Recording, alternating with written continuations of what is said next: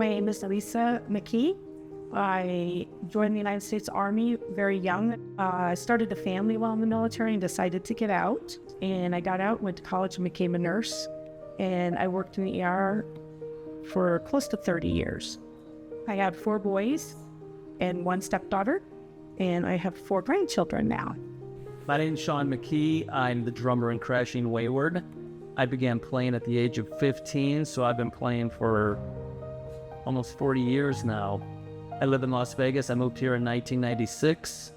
I have a daughter, Morgan, and 4 stepsons, and 4 grandkids. 4 grandkids, and a beautiful wife. I just went on a girls' trip to Vegas, and I met him by accident. I wasn't looking to meet anybody. She had no choice but to move to Vegas reluctantly. Oh, we always have a choice. Well, that's close. I just chose you.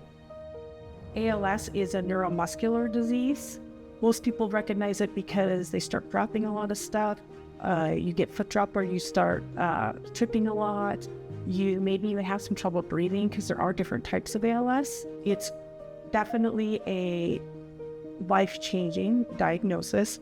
My brain shoots a message to my spinal cord who talks to the lens, and it sends a message, and instead of it sending the message, hey, lift your arm, it explodes the axons attached to our neurons, and eventually your entire body's paralyzed. Mine is called limb onset.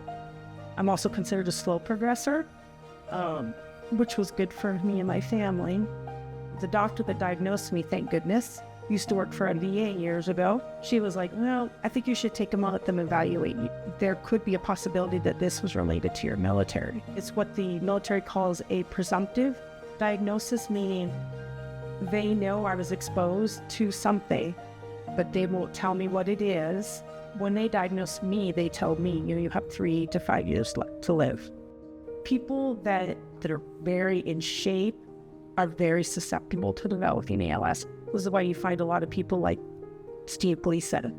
We have a lot of organizations for research and all that, but we don't really have an organization that he's covering, which was very good on his part for looking and saying what's missing. And what's missing is who can help us while we're sick. And so I reached out to Team Gleason and asked them if I thought I was borrowing a wheelchair. We were traveling and I was like, I'm not gonna make it with the fatigue that I get. That wheelchair was here like so fast. Yes. The next thing that I hit him up for was to voice bank with them. I have a very unique voice. It's very loud. And so I voice bank that so that when I finally can no longer talk, then I can use my eye gaze machine and it will be my voice coming out.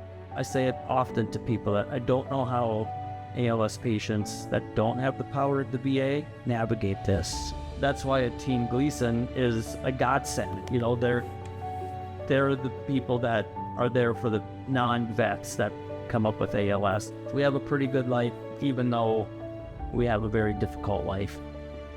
Yeah, we have fun. You have to laugh at it. You have to have humor. If you can't have humor, if you get this diagnosis and you call it bad to die, you will. He always puts me first in everything, and then I get a little selfish because I want all of his time, but he doesn't have fun when he's taking care of me, I might be like I'm with him and I get to, that's not whatever, I get to hug on you because you lift me or do stuff and all that. We're lucky. We're very blessed in this era to have so much information at our fingertips. And so there's a lot of knowledge, and that's the only thing I could tell them is that you're never alone. You feel alone, but you really aren't.